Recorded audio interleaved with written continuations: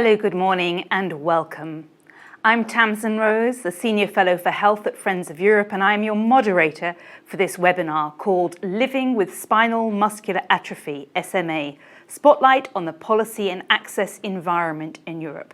And I'm delighted to be inviting several experts to be sharing their views with you this morning. But a webinar is an exchange and a dialogue, and you can engage with us by putting your questions and comments in the chat, and you'll find that on the bottom right of your screen.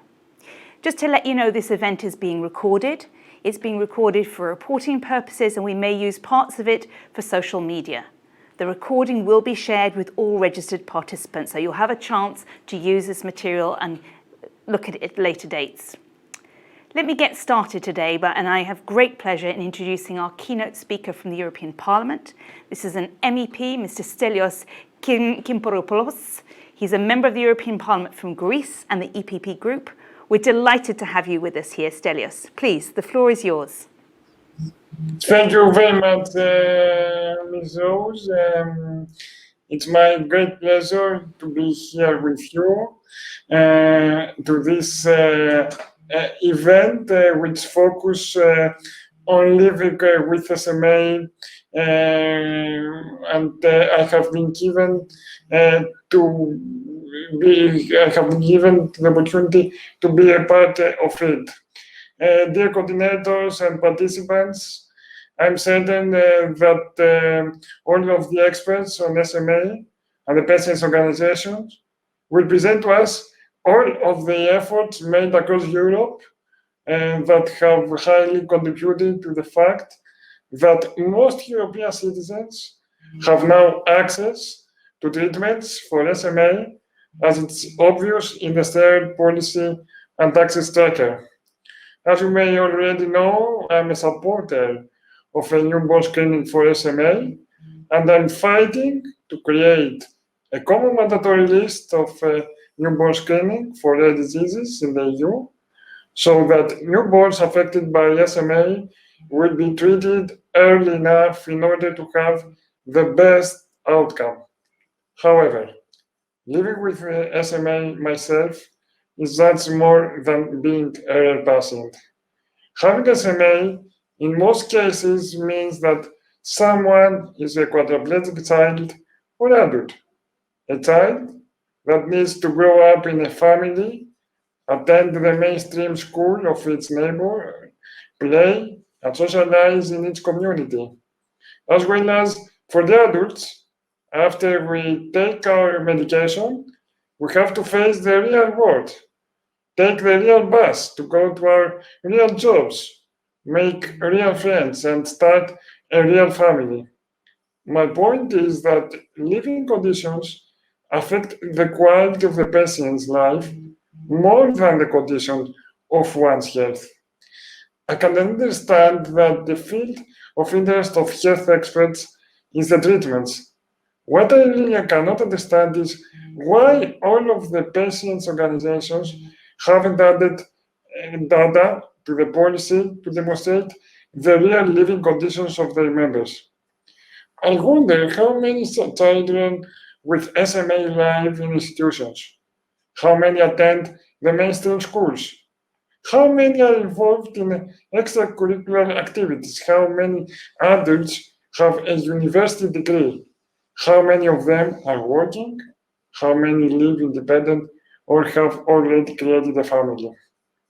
You may think that kind of statistics are already available for disabled people in general, in every European country, but SMA people share some unique attributes.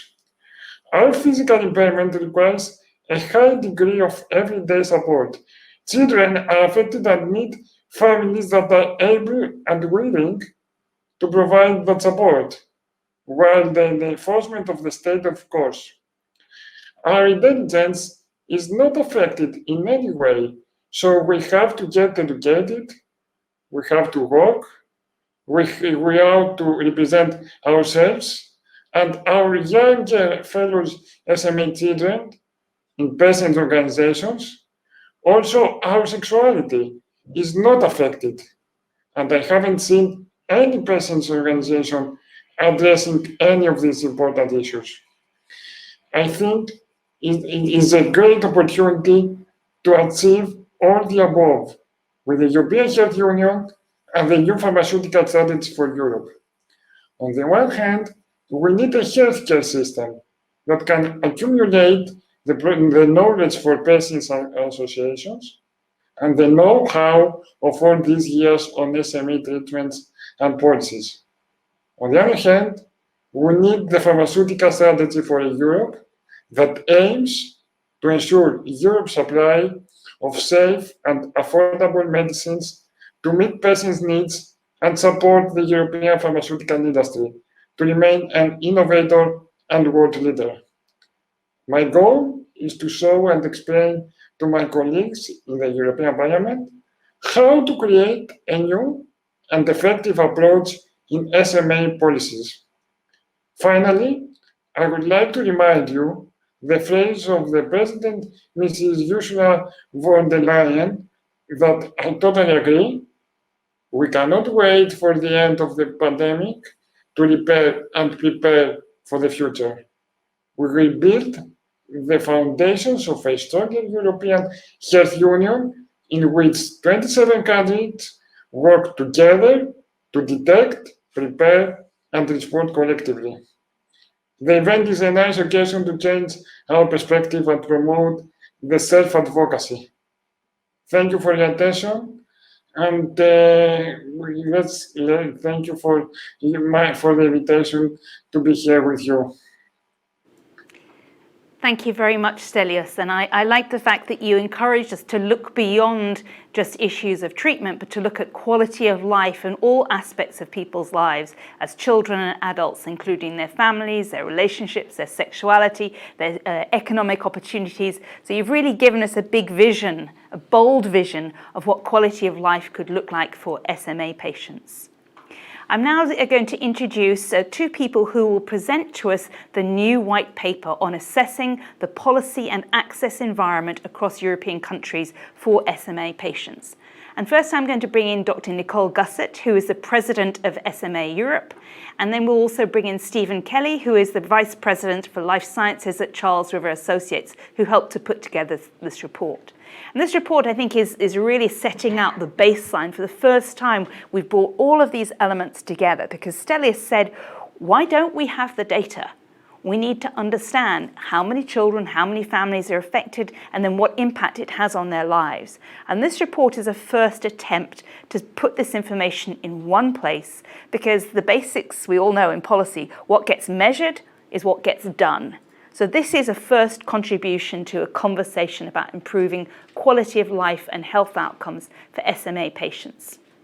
Let me start by inviting Nicole to tell us, can you please explain for the audience, if they're not specialists, what SMA is? Yes, thank you, Tasmin. SMA is a progressive neuromuscular disease, and it is typically diagnosed in children and causes muscles to weaken and deteriorate. And this can impact important development milestones, as well as everyday activities such as walking and eating. But to complement this rather technical definition of SMA, I would like to share a part of my story with you. I bring with me, on the one hand, the perspective of a trained patient expert, but also I'm the mother of two children, and my firstborn, Victoria, was diagnosed with SMA, spinal muscular atrophy, in 2011. So I know from first-hand experience how what we are talking today and what we were studying in this project is actually impacting the lives of those with SMA.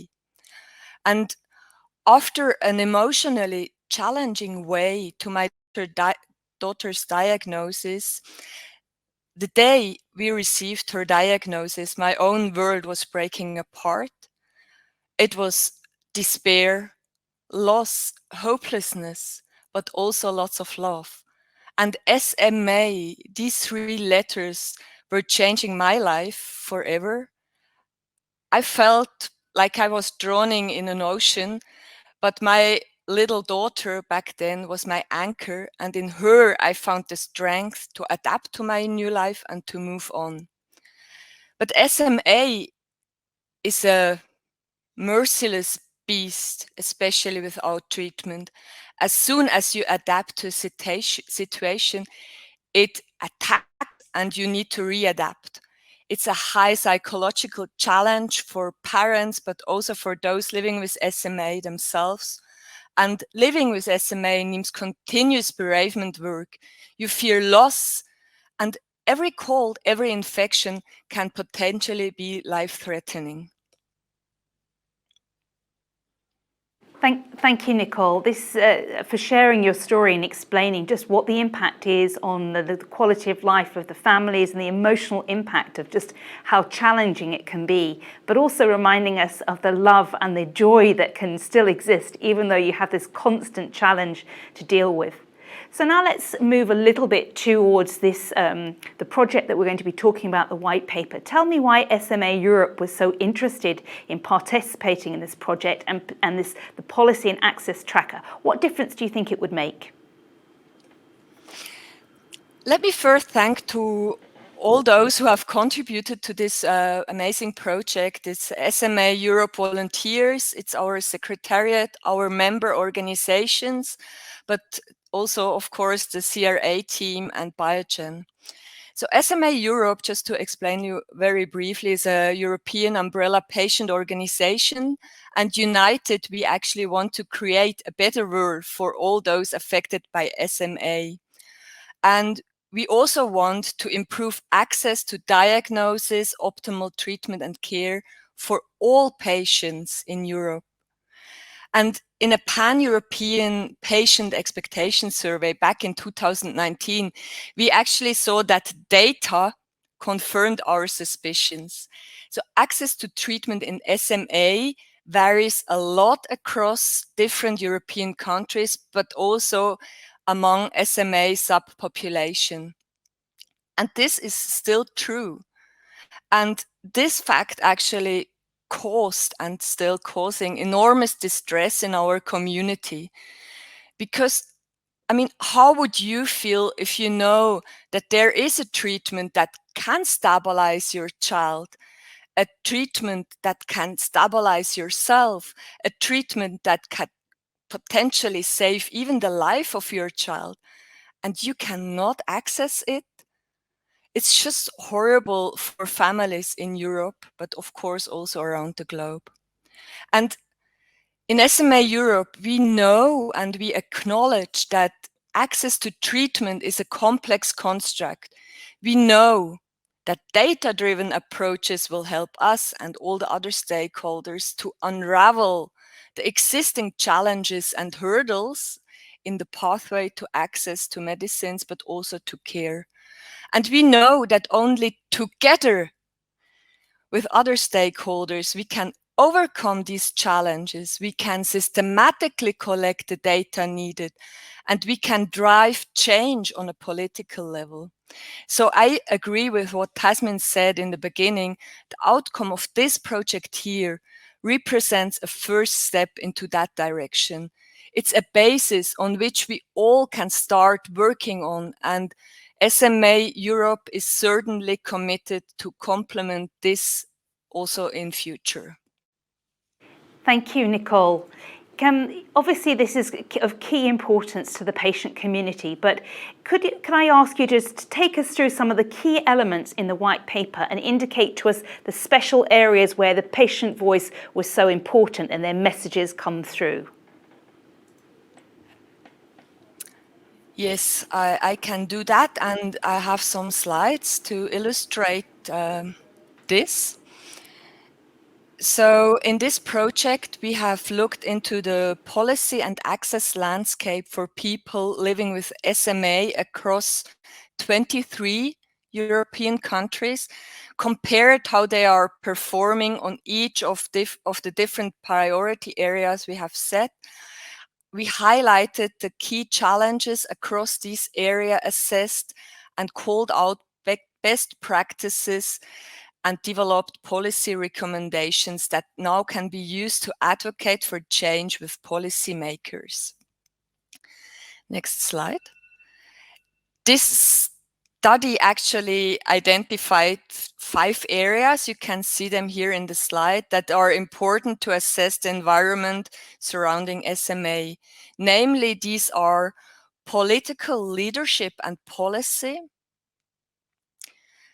healthcare system preparedness, diagnosis, then access pathways, and access to treatment and care. On the next slide, you actually see results from our study, and you see how, in a way, frighteningly heterogeneous this picture is across Europe. It's for me, it was really hard to see and also to accept that this picture is still that fragmented. And I would really want to highlight here, as you see the table now in front of you, and here you see dots. It's dots in the table. It's green dots, it's yellow dots, it's red dots. In other reports, you see numbers in the statistics. But we always really have to keep in mind and be very well aware that in reality, each dot that is not green here on this list is impacting people out there negatively.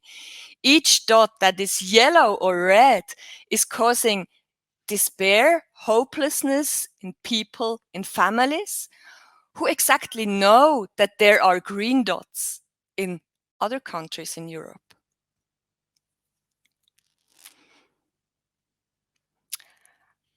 And yeah, Thank you. I think, yeah, Tasmin, please.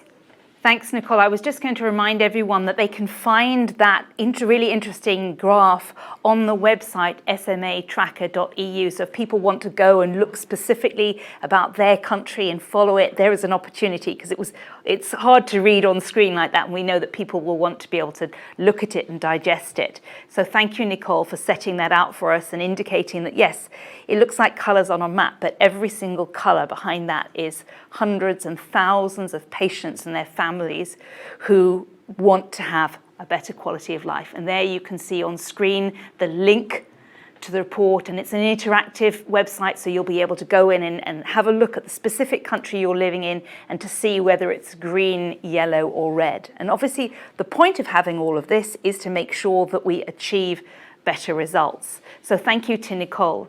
Let me now bring up Stephen Kelly from Charles River Associates, because you were involved in helping to try and put this data together in a picture. Let me ask you, building on what Nicole has just said, tell me more about some of the specific areas, and particularly the issue of health system preparedness and access. Thank you, Tamsin, and thank you, Nicole.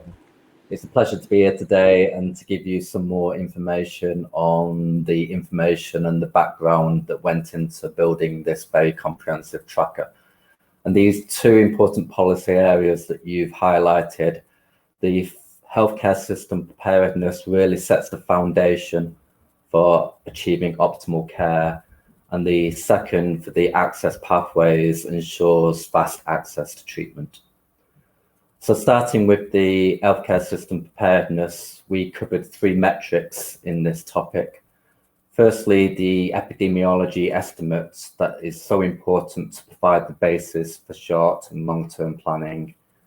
The availability of a national SMA patient registry that can ensure the healthcare system has visibility on the number of patients with SMA. And lastly, the infrastructure with regards to the assistance of centres of excellence and networks of care to ensure all patients have good physical access to treatment centres. So overall, this metric on healthcare system preparedness gives an overall goal to ensure the availability of patient-level data and enable access to centres of excellence. This is vital as SMA requires multidisciplinary care which in turn requires coordination both at the national and international level to avoid those disparity in care between patients. A couple of positive examples from the tracker here included the European reference networks, allowing information sharing across countries and facilitating that international collaboration. Centralized registries through Treat NMD is a fantastic example of an international network having positive impact across many of the countries in scope.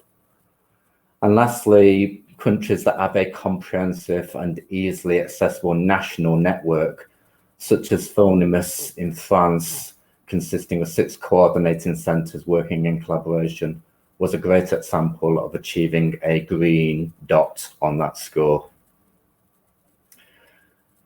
Moving on to the access pathways, we covered 2 metrics in this policy area. So firstly, looking at post-marketing authorization, early access pathways can ensure patient access to treatments as soon as regulatory approval is granted and the product is deemed safe and effective. And secondly, having specialized reimbursement and HTA pathways that are tailored for the value of rare diseases and recognize the value in national assessments is fundamental. These are absolutely fundamental goals, as in countries where treatments for SMA have been approved at the regulatory level but not reimbursed, patients diagnosed with SMA can face long delays before gaining access to treatments that may be available in other European countries. A few countries in the tracker have really adapted their approach here and allowed additional considerations of elements specific to rare diseases in their national assessments. And this has enabled accelerated approval, and that's possible in several countries to get access to new treatments, but we're still seeing a significant level of variability, particularly in the uptake and the access to treatments. Thank you, Steve. Can you tell us a little bit more about how you developed the white paper and the national trackers? Did you encounter difficulties or challenges in finding the data, accessing it, and then putting it together across the 23 countries? Because our health data system is notoriously fragmented, and the Commission's got big plans for a unified European health data space. But until we've got that, how did you put together the data from the different countries? I'm sure, as you can imagine, this was a really challenging and a massive endeavour that has taken us, the best part of a year to complete. Collecting this information on 11 metrics across 5 policy areas across 23 countries was very challenging.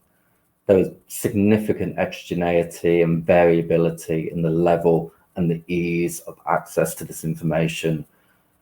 We have received great support from SMA Europe members and also Biogen colleagues from each of the markets in scope. However, every piece of information and every insight that's been captured has been confirmed and validated with public domain information.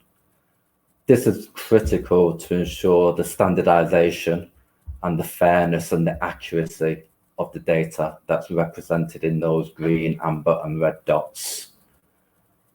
As you can imagine, not only collecting that information was challenging, but being able to actually visualize that information in a user-friendly, easily digestible and impactful way has been really important.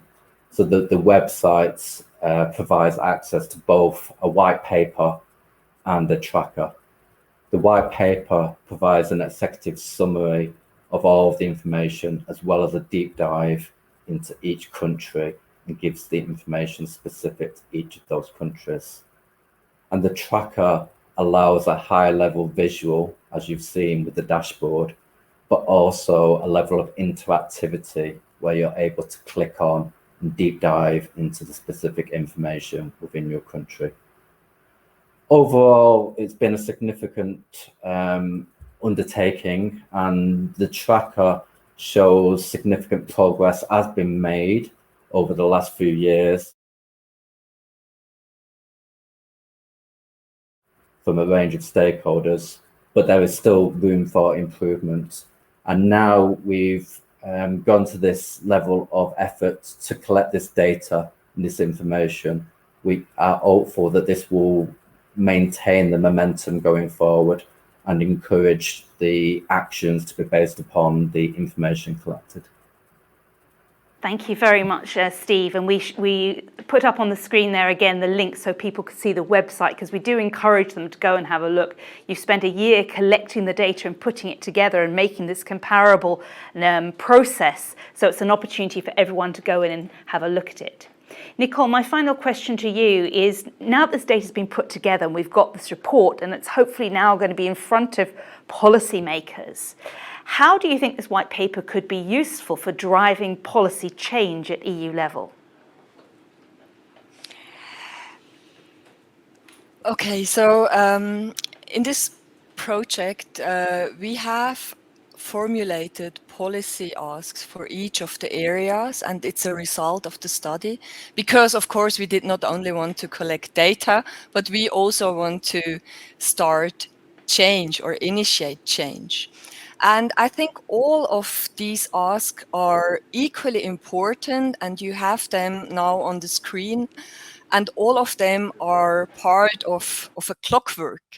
And missing or non-functioning parts will, of course, result that the clock is not working, or it will display not the correct time. So we need all of them, and perhaps even more. But nevertheless, for today, I would like to highlight two asks in particular, as they are linked quite closely to what was the original motivation of SMA Europe to become active in this area. And this is: access provisions should be available to support fast patient access to SMA treatment, and reimbursement pathway should consider the specifics of rare disease products to fully capture the value they deliver to rare disease patients and their carers. And secondly, treatment and care approaches should ensure equal access for all people living with SMA and their carers. And for now, I would like to speak about value and access a bit more, also from our perspective. And I think value for neuromuscular disease and also in SMA, it's simplistically defined by motor skill, because also it's where we have the validated scales, the measurements, and this defines eventually also what the primary outcomes are in the clinical trial setting. And this setting of primary outcomes in clinical trials indirectly also define where a value of a treatment lies. But certainly, and we heard it today already, people are much more than their motor skills. And we need to consider the value of a treatment, not only in terms of these outcomes, but also in terms of patient-relevant outcome and its impact on the individual, for example, emotional well-being, perceived quality of life. But also concepts of slowing down disease progression in a progressive disease and stabilization need to be considered when defining value of a treatment. In SMA, 97 of all participants in the study I mentioned before actually agreed that stabilization of their current status, whatever this is a first progress for them. And now to the topic of access. So in rare disease, there is often limited data available due to small populations, small study samples in clinical trials.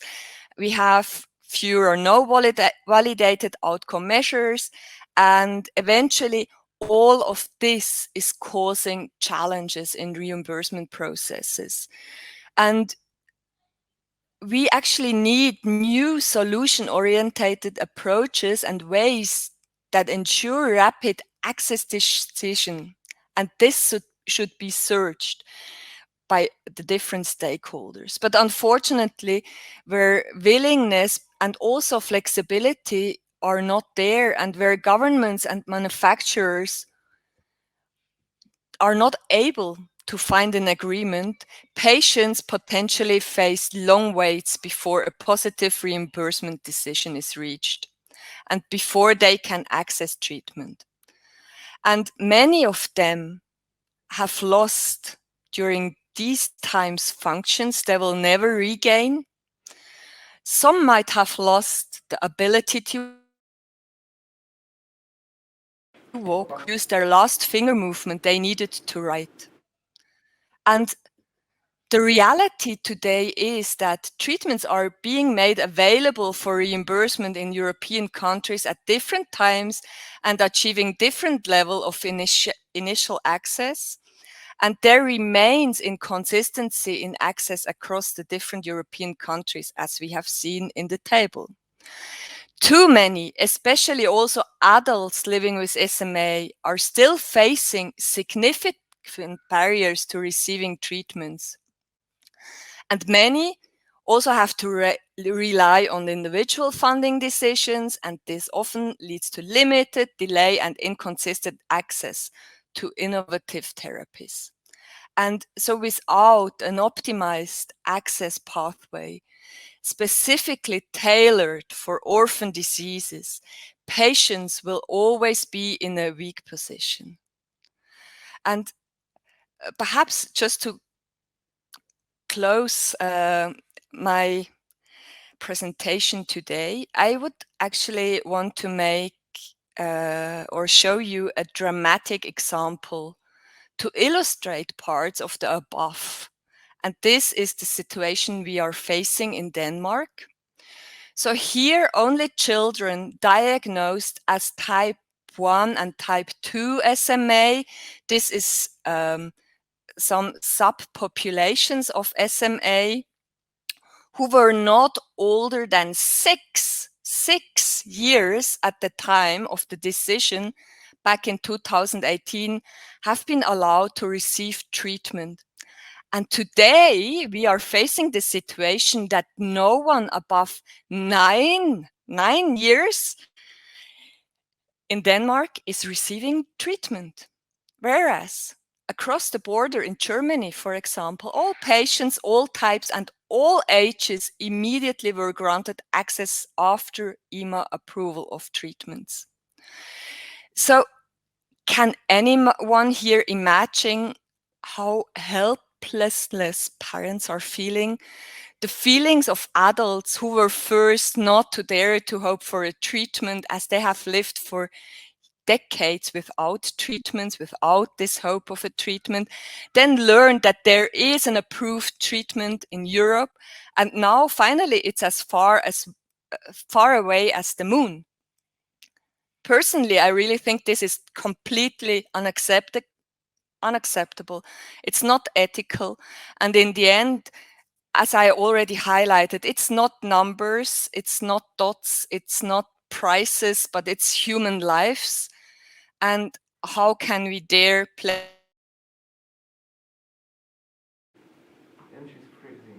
Okay. I apologize. I think we've lost the connection with Nicole. So we'll come back to her as soon as we can. Nicole, I apologize. We lost the connection, but thank you for that. We've had a question from the audience, and I'd like to put it to Stephen. Nicole has described this absolutely heartbreaking situation that the rules on reimbursement in one country can be very different from another country, and the impact that has on families. So in Denmark, it's very narrow, and only children in a very small percentage of cases get access. And in Germany, it's much broader. And our question from the audience is they want to know, is this, on some of these different issues, Thomas has asked, do you feel this is different compared to other rare diseases, or do we see these kinds of inequalities and inconsistencies right across the rare disease spectrum? Thank you, Tamsin, and it's definitely a good question. In short, there are lots of similarities that we see across many rare diseases. However, there are also some nuances that are specific to the particular, orphan disease SMA that we're looking at here. Particularly across rare diseases, sometimes oncology treatments are treated differently as well. But for non-oncology rare diseases such as SMA, then the challenges are much more clearer and much more stronger and much more fragmented. Also within SMA, the added factors of the fragmentation of the patient subgroups, the multidisciplinary care and the diagnosis compound of the issues that rare diseases faces and make the challenges even more significant. So yes, in summary, there are specific to this disease create and add on additional challenges as well. Steve, for giving us an answer on that, and for Thomas from the audience for raising a question. I'd now like to introduce a few other people who are going to join in a panel, and we're going to explore some of these issues in more detail. So I'd like to invite to join us Professor Maggie Walter, the Associate Professor of Neurology at the Ludwig Maximilian University of Munich, Professor Marcin Czech, the Head of Department of Pharmacoeconomics at the Institute of Mother and Child in Warsaw, Poland, and of course Nicole Gussett is going to stay with us, and I'd like to introduce David Nestor, the Head of Neuromuscular Diseases for Europe, Canada and Partner Markets at Biogen. So let me start with Professor Walter. I mean, you're in Germany, in a country that Nicole has just highlighted has got a very broad definition of access, and so it really moving forward. So building on what we've just heard, how do we make sure we've got healthcare systems that are ready to deliver optimal treatment, care and infrastructure for people living with SMA? From your experience as a doctor, working with SMA patients, can you tell us about some of the challenges they have to deal with? Well, thank you. We are in a very lucky situation in Germany, since by law, every approved treatment will be reimbursed immediately and according to the label. So it won't happen that if you have a broad label, that only children would be reimbursed. And I was really shocked when I read the white paper that in so many countries, there's so different rules. I think it's one thing when you can't have treatment because there is none. But if there is a treatment which helps and you can't access it, I think this is terrible for the patient. So still, we have now a disease which is progressive throughout lifetime. The patient lose motor skills throughout their life, no matter which type of SMA they have, no matter which age they are. And therefore, treatment at any age is crucial, and early treatment is key. Now we have other challenges. In Germany, for example, we have now patients who come with transition to the adult neurologists who never survived before. So awareness is very important for the healthcare system, to raise awareness for this disease and to make people aware that there are now evolving phenotypes of the disease, with SMA type 1 patients sitting or even walking. So there's a huge change in the treatment paradigm. However, although we have treatment which may slow down the progression of the disease or even almost cure the disease if you are able to treat pre-symptomatically, there are still challenges for the patients, such as education in work and environment. They need changes for teaching and exam processes. They have to think about their choice of profession, and they need accessible workspace. They have a higher financial burden than other people. They need an accessible home, accessible transport, home help, paid caregivers. So there's, even with treatments in place, there's still a huge challenge for the patients, which we must address as a society, I think. Very much, Professor Walter. And let me ask you one more question, because obviously as a neurologist working in a university hospital, you're involved in patient registries. And in rare diseases, obviously these are absolutely clear, because we heard earlier with rare diseases, you've got a small population of patients, which makes it hard for clinical trials. You don't have the massive information. So can you tell us a little bit more about why patient registries are so important and what benefits patients would get, as well as helping us to get innovation? So patient registries are really crucial for rare diseases. So back in 2013, we started a clinical trial for Duchenne muscular dystrophy, and we needed 3 years to recruit patients for this trial. This was an investigator-initiated trial without a pharmaceutical company behind. And we couldn't have done it with a pharmaceutical company because they would have said 3 years, much too expensive. And then within TREAT-NMD, the European Network Treat Neuromuscular Diseases, which was EU funded, the first patient registries were set up in 2007. Originally, 5 registries for Duchenne and SMA were planned, and now we have more than 50 for both in all the European countries, with a centralized registry with anonymized data at the TREAT-NMD base. And today we would be able to recruit these patients within days to weeks, which of course makes access to clinical trials and further on to treatment much easier. So with the with the registries, your trial readiness, so the possibility to get into a clinical trial once it's set up, by facilitating participation in clinical studies is a huge point, and therefore patients get access to innovative therapeutic options. Through the registries, we also inform patients about new research findings. We distribute standards of care. We do regular newsletters and tell patients about the current clinical trials which are running and about interim results, if there are any. Patients, through the patient registries, patients get the feeling that they belong to a broader community, that they're not alone with their rare disease. And with the data the patients put into the registries, they support research by expanding our knowledge on incidence, prevalence, genotype, phenotype correlations, the natural cause of the disease, and we get longitudinal data on the disease because patients are asked to update their data annually. Also with the registries, you raise public awareness, and it facilitates also healthcare research and assessment of disease burden for the patients. In Germany and in different European countries, we decided for a patient-based system. In our registry, the patients fill the questionnaire and send us their genetic report. Everything is anonymized, and data never leaves from our institute to the outside, so it's absolutely safe. Thank you very much, Professor Walter. Let me now bring in Professor Czech, because you were actually Under-Secretary of State for Health at the time the decision was made in Poland about reimbursement of the first treatment for SMA. And your country is still performing better than some of its neighbours and even some of its Western European counterparts. What do you think other countries could learn from your experience?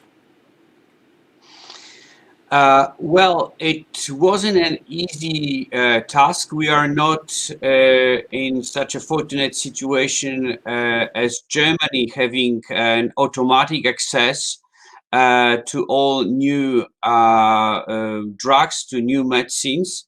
So we are like in the UK system, or in the majority of Western and also Central European countries. We go through the market access process, which is mainly for the new chemical compounds, patent protected. They are based on health technology assessment, full reports, and then negotiations with the economic committee within the Ministry of Health and with the minister or vice minister, like myself, himself or herself, leading to a positive or negative decision about reimbursement. And of course, it all started with a need. We knew we have a couple of hundreds of patients with SMA here in Poland, and we also knew that there was a very effective and safe solution for these patients. It had also a political dimension because people from Poland were emigrating to different countries of Western Europe, among others to France, Belgium, also Germany, where they had this treatment available for their children. So we had an outflow of a group of patients having babies suffering from SMA. So there was definitely a political, I would say, a political will to do it, which is very important if you are sitting in the ministry. I am not a member of political party, but I felt that good political wind. The second point I would say is that you need to realize clearly that there is a medical unmet need for your patients. And that you should do something about it. And here I would like to highlight the activities of the SMA Patients Organization under leadership of Kacper Ruciński, who was extremely active in identifying patients in the talks, bilateral talks with the ministry, and I suppose also with the producer.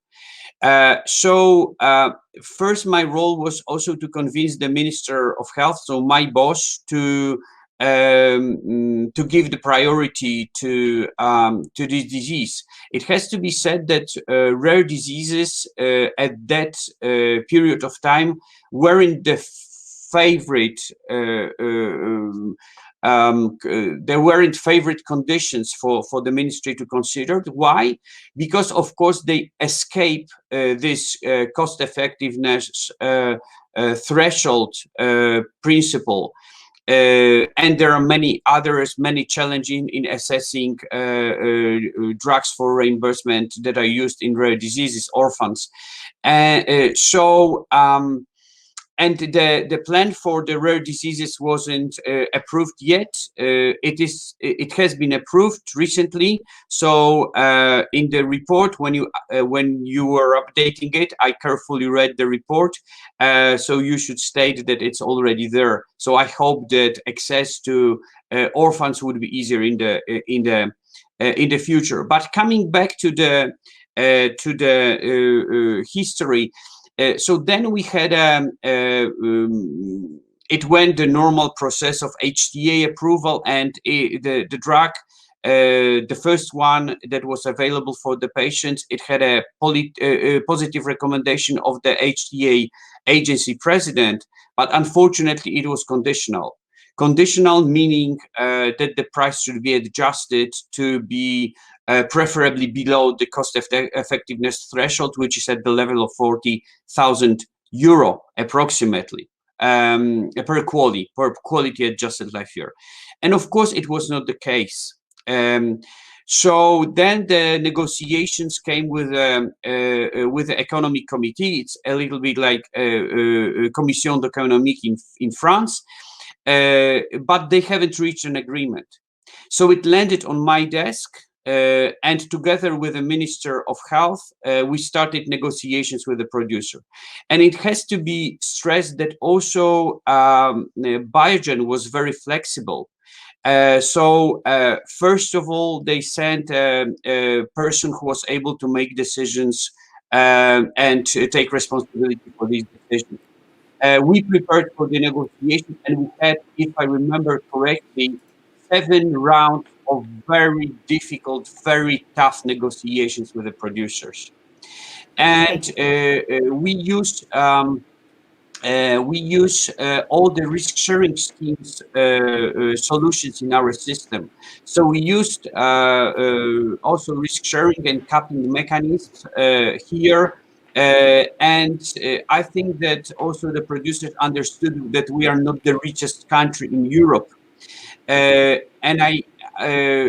But there were a lot of challenges. And finally, I think relatively fast, looking at the market access processes that take sometimes long months, if not years, we reached solutions for the patients, and we covered all the population, all the Polish population. So the patients who emigrated started to come back, and of course we covered the majority of patients waiting for this solution.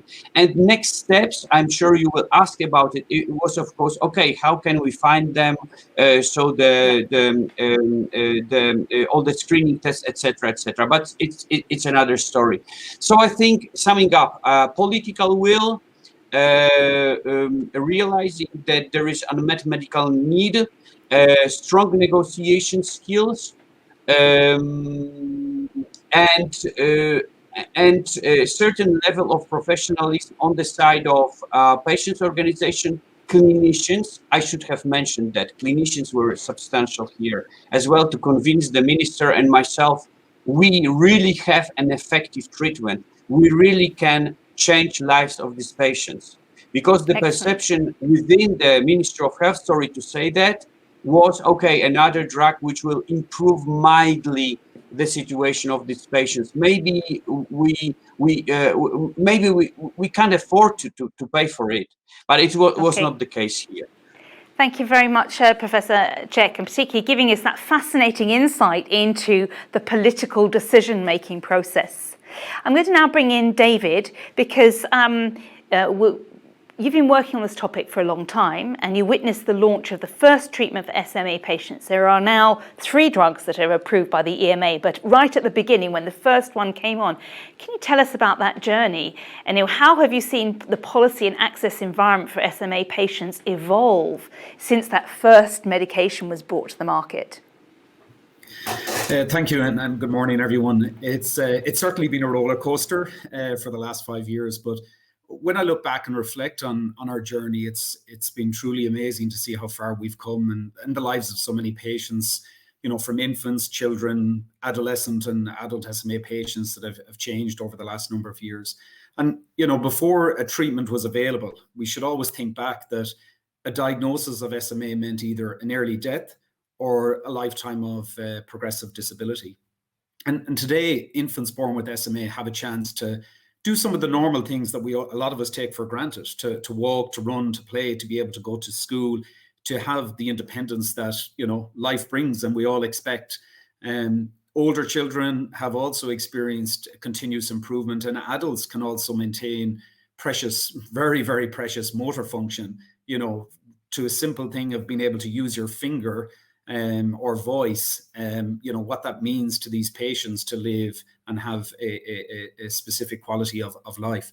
And, even though there's still no cure, the lives of people with SMA have been transformed. And I think treatment and the availability of a number of different treatments does allow that transformation to the area of SMA. So overall, it's been a phenomenal achievement, but it doesn't stop here. And I think the complexity of SMA patient management continues to present many challenges in many of the European countries. And I think the tracker illustrates that for us. And the worst thing for me is, these challenges are preventing SMA patients from accessing an optimal standard of care, treatment and the care that surrounds that. So, while at least an SMA treatment is now available across most EU countries, the process, it has required significant time. And again, as the tracker has identified, many adult patients still face significant barriers to receiving a treatment. I think Nicole commented on it earlier. And really, that's not acceptable in this day and age. Despite all the evidence that's available about the benefit of treatment, for patients not to have access and equal access across Europe to an approved therapy from when that therapy is approved is really unacceptable. And it's something that we all should be striving to try and rectify. And in this context, the many adult patients living with SMA that didn't have an appropriate diagnosis or are not even captured in the healthcare system, due to that degenerative nature of the disease and prompt diagnosis and early intervention, it's crucial. We need to prevent the loss of motor neuron and ensure better outcomes from these patients. So time is precious. Waiting 6 months, waiting 12 months, waiting a year to make the drug available really is, we talk about it in negotiations and debate, and but it's life. It's a matter of life and quality of life for these patients. So for me, we need to continue to work together to optimize access for all patients. More therapies have entered the market now, as we know, but unfortunately, none of these treatments can cure SMA. And we want to ensure that patients, together with the physicians as well, have a choice about what treatment they can access. There shouldn't be restrictions. If Professor Maggie Walter decides it's treatment A or treatment B, or to switch from treatment B to C or A to B, she should have the freedom and the flexibility to discuss that with their patient and make that choice in the best interests of the patient. But it's not also just about access to treatment, as Stelios mentioned. And with the SMA tracker, we've looked comprehensively at several areas that are key to ensure SMA patients can thrive. Patients require support from a multidisciplinary care team to manage a range of complications which can result from the disease. So, optimal care does include things like genetic diagnosis and counseling, regular physical therapy and rehabilitation, orthopedic care. There's lots of different disciplines involved in this. So it's a complex disease, and regular interaction between patients and the multidisciplinary team is crucial. And I think one of the things I'm really proud of with Biogen in terms of, bringing the first treatment to the market, that center of excellence concept has really evolved over the last few years, because new treatments brings new expectations, and it helps, enhance that standard of care and quality of care. So, the great people that we work on, from not just the neurologists, but within the different teams in the hospitals, really have come together and have really taken things to a new level. So we have made great advances in the last 5 years. There's a lot done, but definitely more to do. And I feel the SMA tracker is a positive thing. It can help us navigate through the next phase of the journey. It can be our compass. I would certainly like to see a lot of the orange dots turn into green, and the reds to orange, and even green. So it really is something that can help us make good decisions and good choices. And I hope there's many different people on the line here today, whether you're a patient or whether you're part of a patient advocacy group, that you take this and you use this information. It's really, really valuable. I went through it again yesterday for about the 10th time, but it really does, hit home in your respective country, what's working well, what's not so well, to prioritize what we can take on. Bit by bit, we can make this better for SMA patients. And we're very proud to be part of that journey, and we're very, very committed to being a central part of it in the future as well. Thank you very much, David. Let me now bring in Nicole, because as we've heard a lot about the different elements that work in this, and particularly the importance of having clinicians who are tracking and updating on the latest developments. You need political will, you need leadership. Professor Czech talked about the importance of having powerful patient advocates that are able to bring the stories in front of politicians who can then recognise the unmet need.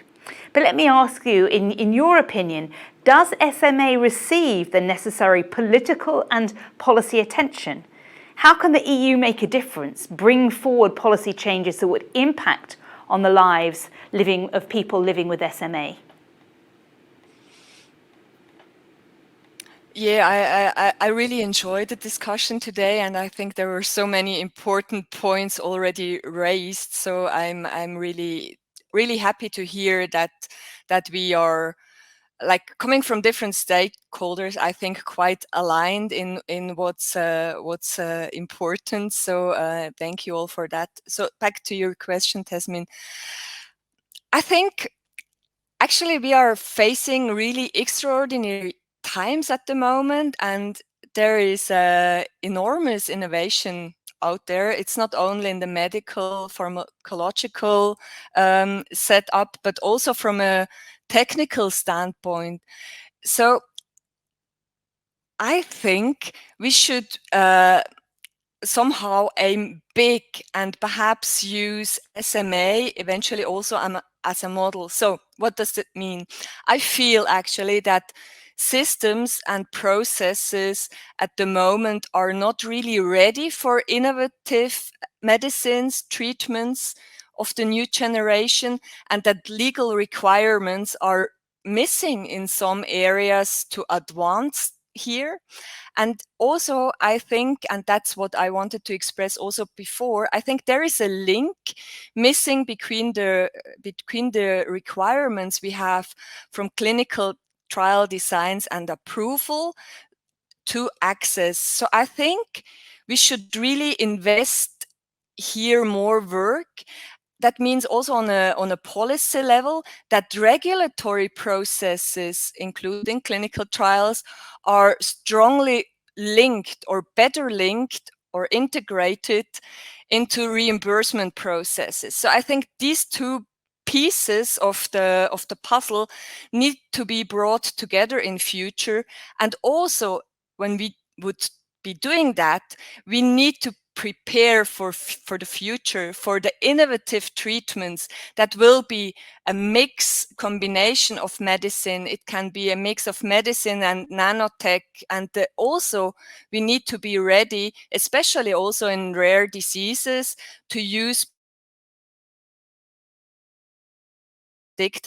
I think did you lose me again? We lost you just for a second, but you're back with us. You're okay, back with us now. sorry. Go ahead. Okay.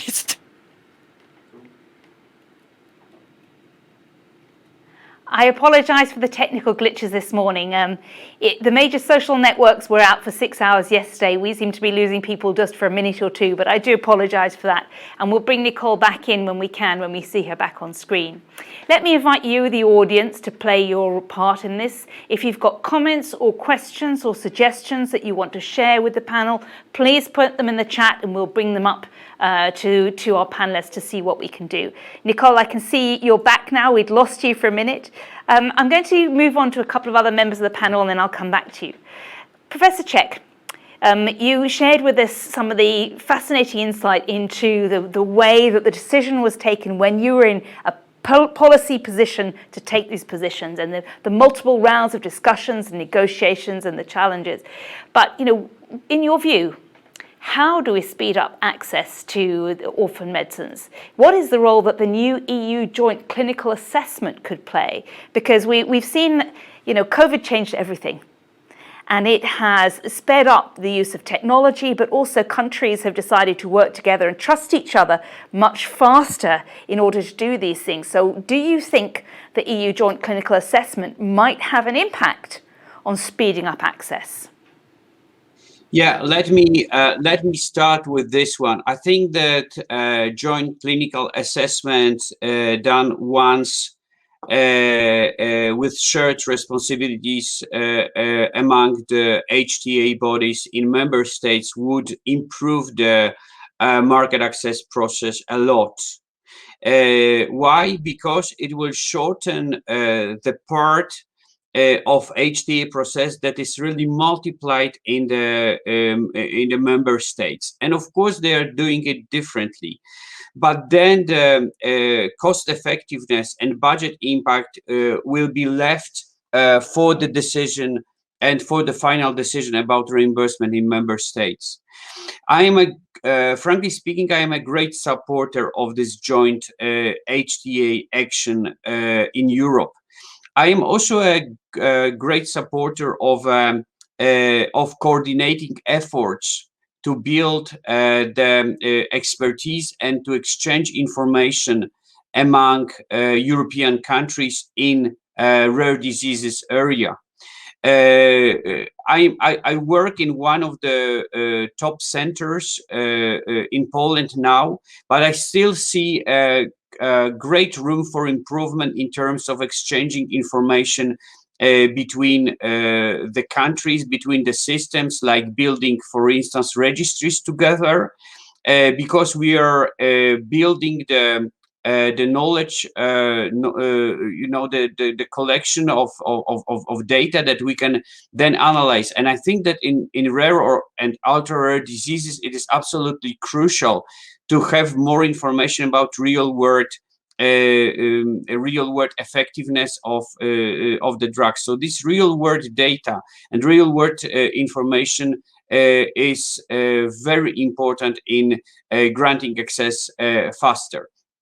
looking at what is going on on the Polish market, there are substantial important changes that took place recently. The first one I have already mentioned. It's a rare diseases program that is approved by the Polish government, and I hope that with the solutions that are described, they're aimed at faster access to drugs, would be beneficial for the patients in the future.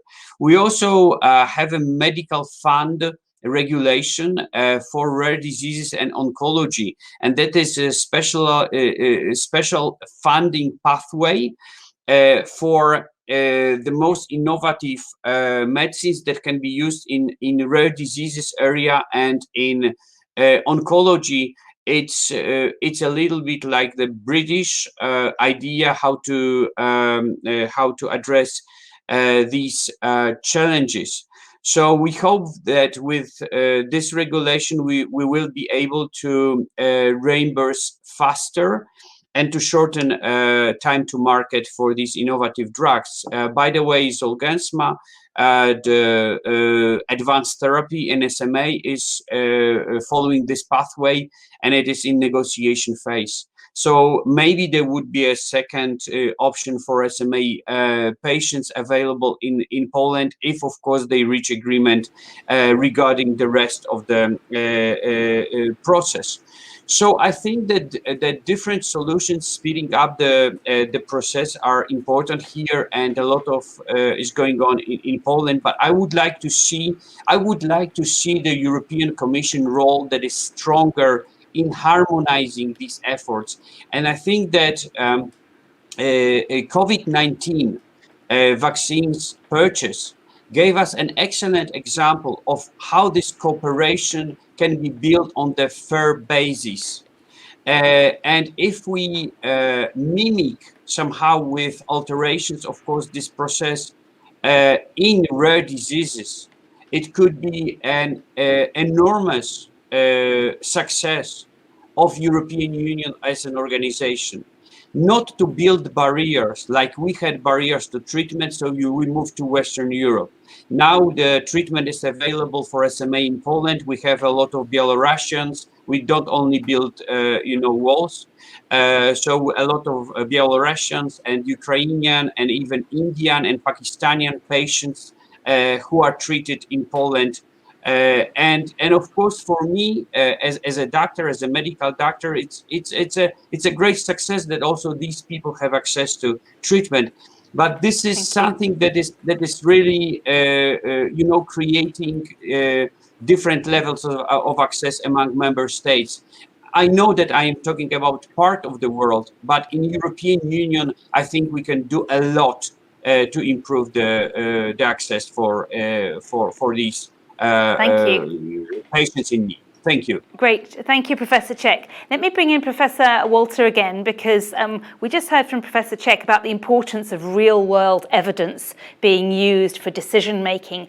And you play a role in the European reference networks, which, of course, is the big initiative that the EU put in place to try and make sure that patients with rare diseases could benefit from the best access to expertise across Europe. Where do you see the role of the European reference networks fitting into the messages that Professor Czech said we need more evidence, real-world evidence to bring it forward? What do you see as the key role for the ERNs here? So first, the idea of the ERN is great to provide cross-border expertise for rare diseases and cross-border science. And I'm a member from the very start of the European Reference Network on Rare Neuromuscular Diseases, EURO-NMD. However, so far, there is no funding for this. So all these efforts, all the specialists European-wide put into this network are for free in our free time. And this is not a good concept. for the long run. So we established, for example, different patient registries within the ERN. We established a transversal study group on pregnancies in patients with rare diseases, a lot of cross-border healthcare discussions, and all this without funding. And I think this is absolutely ridiculous for such an important topic, and this should be definitely changed. Otherwise, this will not be a success. Very much, Professor Walter, with that very clear and explicit call for adequate resources to be put into the European reference networks so that they can fulfill their potential. Let me bring David Nestor in at this point, because, you know, across the area of rare diseases, there's really been amazing progress over the last decade or so. We've got, you know, better diagnostics, so you've got a shorter journey from, usually because they're congenital, from birth to diagnosis, which means parents and families have access to treatments earlier. But, you know, from your perspective, how do we keep fostering innovation and addressing these unmet medical needs for rare disease patients? Yeah, well, I think first and foremost, the fight against rare disease is never fought alone, and it's essential for us all, the stakeholders we have on the line that represent many of the different groups we work with, is to, you know, work in close collaboration and really commit to transforming SMA and the lives of those patients and people with SMA. And I think the progress that we've seen would not have been possible without partnership and partnership with the community. And really, I should thank as well, you know, our partners in SMA Europe and EMDA, Eurordis, etc., for the role they play here, because they are the champions that are out there for the SMA community and have done a wonderful job thus far.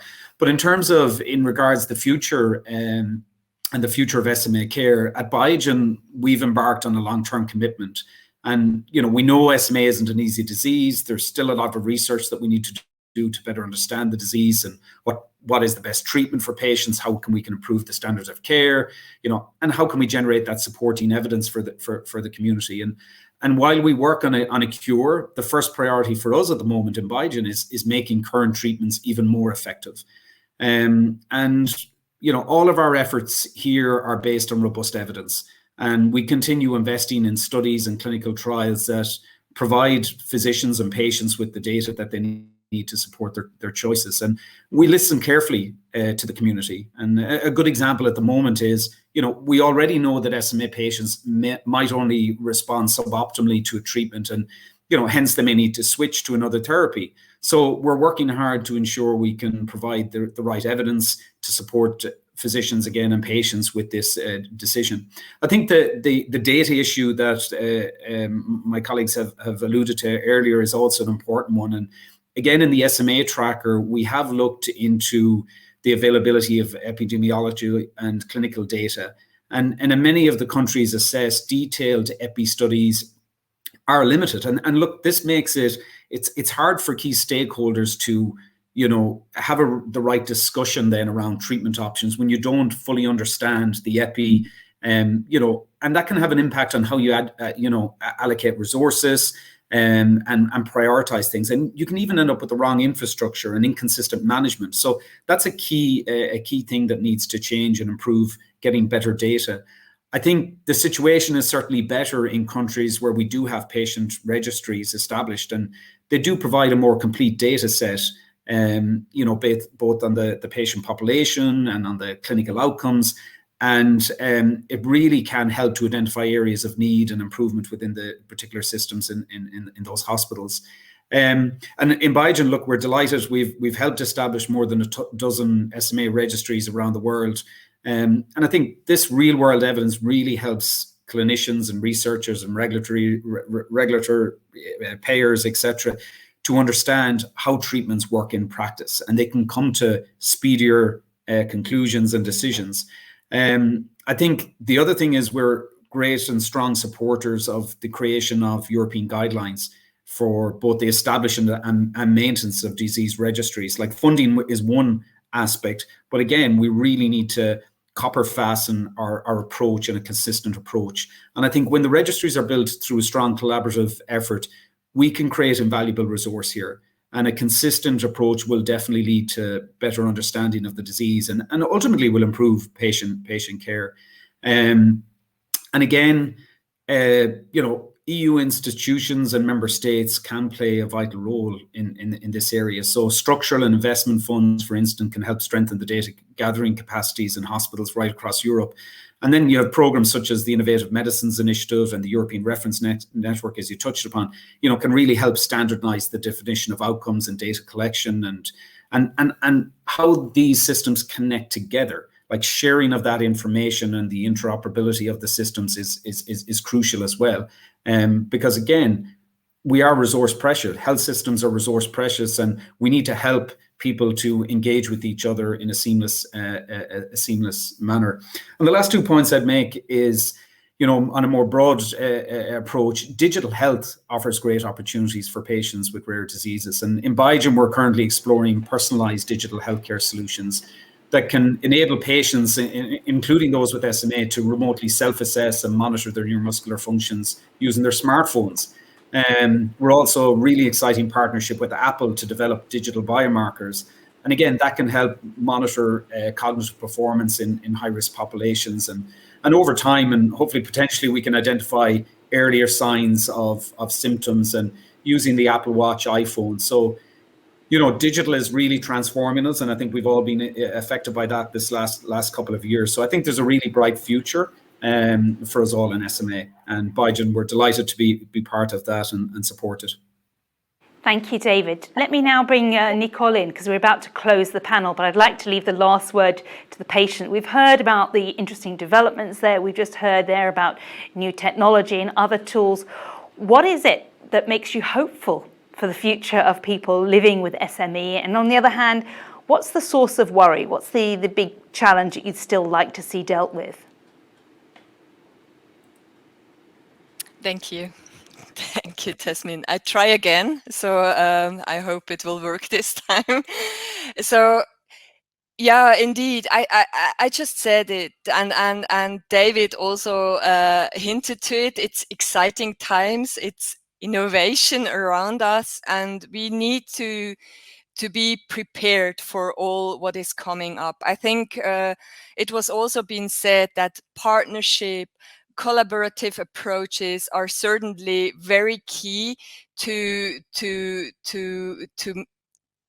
achieve what we want to achieve. And also everything should be evidence-based driven. So that's for sure. And all this developments, this innovation, this understanding the relevance of paid partnership actually makes me very hopeful for the future. But I also realize that we need to work a lot to achieve all of it. And I know that we need to start working on a full transparent communication. Also, I see, especially in SMA, I'm a bit worried about managing expectations so that we are clearly communicate to the community, but also to the stakeholders, that there is still quite some knowledge gaps, and that we need systematic knowledge about treatment, about best care, about medical equipment, about assistive devices. And we need to be able, all of us, to differentiate between the facts and the non so much facts. So I think, it's important, and it really fills me with hope to see all these therapies that are also already reality, but also the ones that are potentially coming in futures. But we also need to communicate that those are probably not miracle cures, and they cannot turn back the clock of damage that's already been done in a progressive disease. But still, stabilization is a first success. And there is many questions in my head now that are source of worries, but also source of hope. So I really hope that we also through this work that we have done now in this project, and hopefully others will follow, that we can bring the community and all the stakeholders together and then just work towards towards the future in the end. Thank you very much, Nicole, for that message, giving us the important challenge to work together to achieve change and improve things. And as you said, if you have a progressive disease, there needs to be a sense of realism. We still don't have a cure, but there are opportunities to stabilize and therefore contribute to quality of life. So a warm thank you to everyone on our panel, to Professor Walter, Professor Czech, to Nicole and to David. And I'm going to close this panel, and I'm now going to introduce someone again from the European Parliament, MEP Tomislav Sokol, also from the EPP group from Croatia. I know he's been listening attentively to this.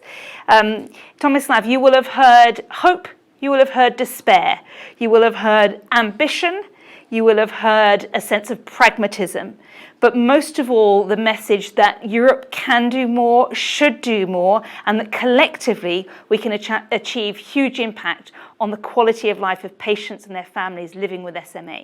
So I pass this over to you to take it forward. Thank you very much, and this was definitely very interesting to hear, because this is a disease which is a rare disease. But if you look at rare diseases in general, we can see that they are not rare after all. So there are millions of people who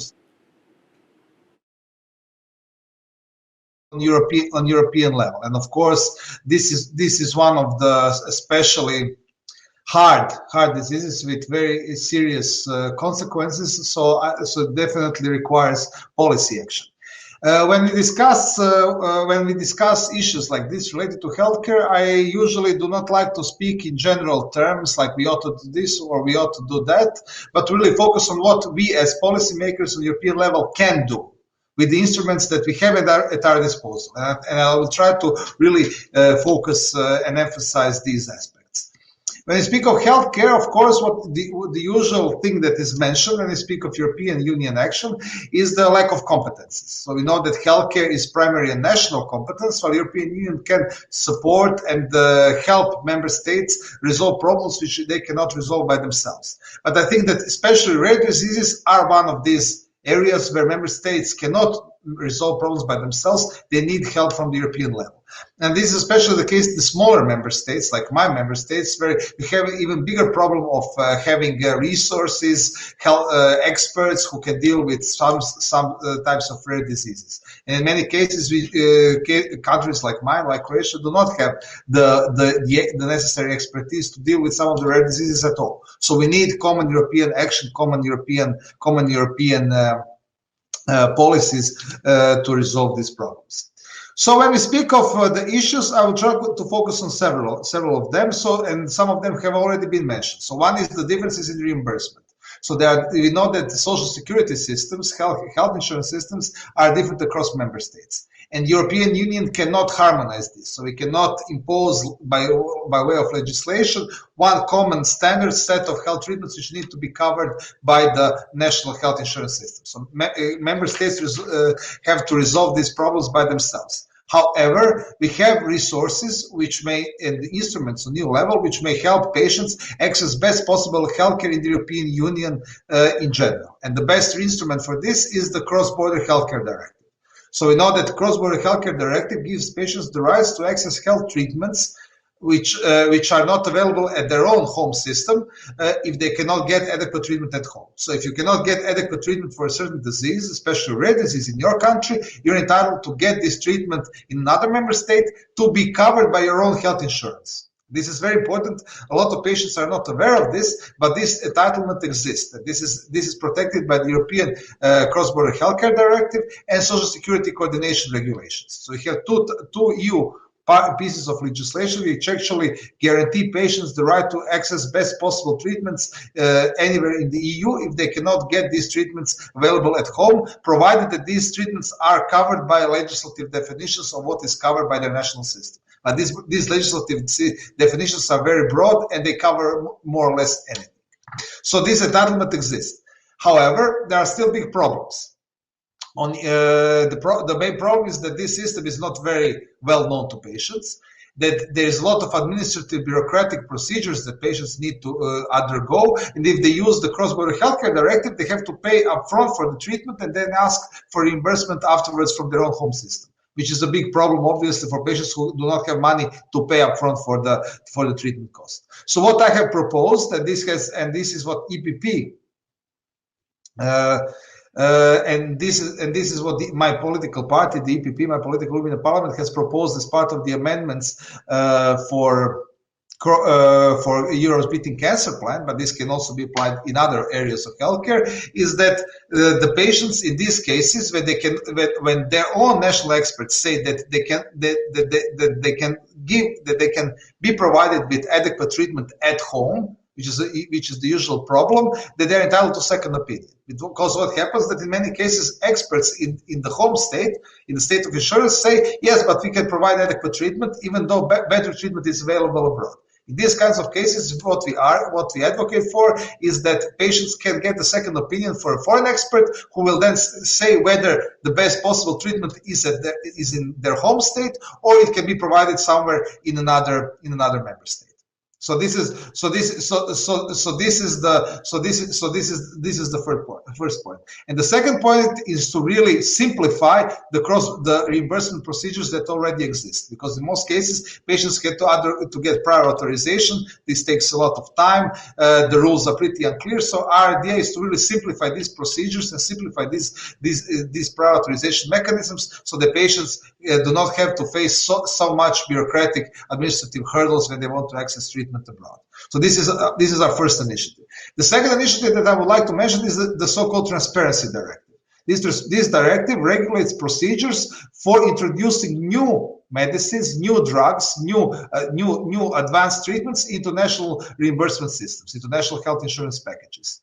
And this Transparency Directive is more than 30 years old, and it's not really up to date with the current situation. So I believe that we need the new Transparency Directive, which will completely redefine how these procedures of introducing new medicines into national health insurance packages work. So this is something that we also strongly advocate for.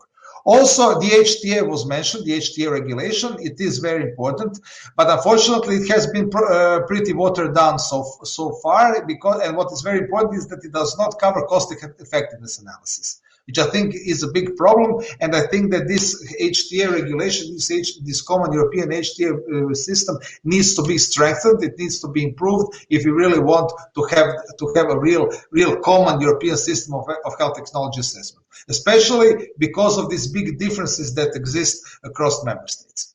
There is also orphan drugs legislation.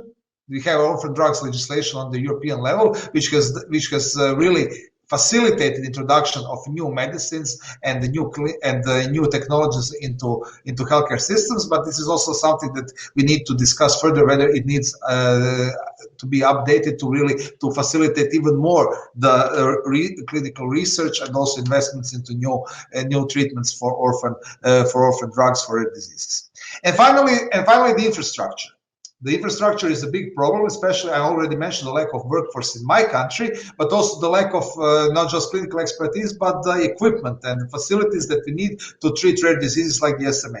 So what we are saying is that we need to use EU funding, EU budget to really reduce these differences that exist across the European Union. So we cannot have first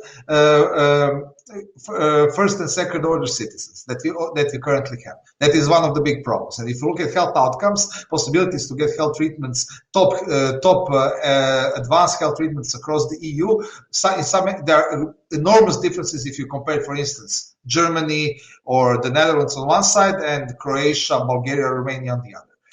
What is important is that we really have funding at our disposal to reduce these differences. So we have first the EU4Health program, which is 12 times bigger than was the previous health program in the previous 7-year budget. So in the previous 7-year budget, EU health program was around 450 million euros.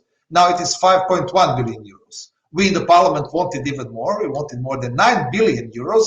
But the problem is that if you want to adopt legislation, you also need the approval of the member states. Some member states didn't want this, so we needed to strike this compromise. So instead of 9.4, it's 5.1 billion euros, but still 12 times bigger than it was before. But apart from EU4Health, we have one even bigger source of funding for health infrastructure and health workforce, and that is the EU cohesion policy. So the aim of EU cohesion policy is to reduce differences in terms of development across the different regions of the EU, and these differences in development obviously also affect healthcare. And if you look at health outcomes, you can see that least developed regions in Europe, especially rural regions, have much worse health outcomes than the most developed urban regions, etc. So the idea is to use the cohesion policy, which was already used partly for this in the previous 7 years, in the previous 7-year budget, to reduce these differences. This is something that I'm also strongly advocating for, and I have been appointed rapporteur on this topic in the Committee on Regional Development in the European Parliament, with the topic of which is how to use this cohesion policy EU funds to reduce these differences. So to sum up, so we have regulatory means at our disposal to facilitate access to top quality healthcare for patients with rare diseases in the EU. We have funding available to fund health workforce and health infrastructure in those areas of EU which need it. So we have to get to work and really have to make all these changes that are at our disposal. Thank you very much.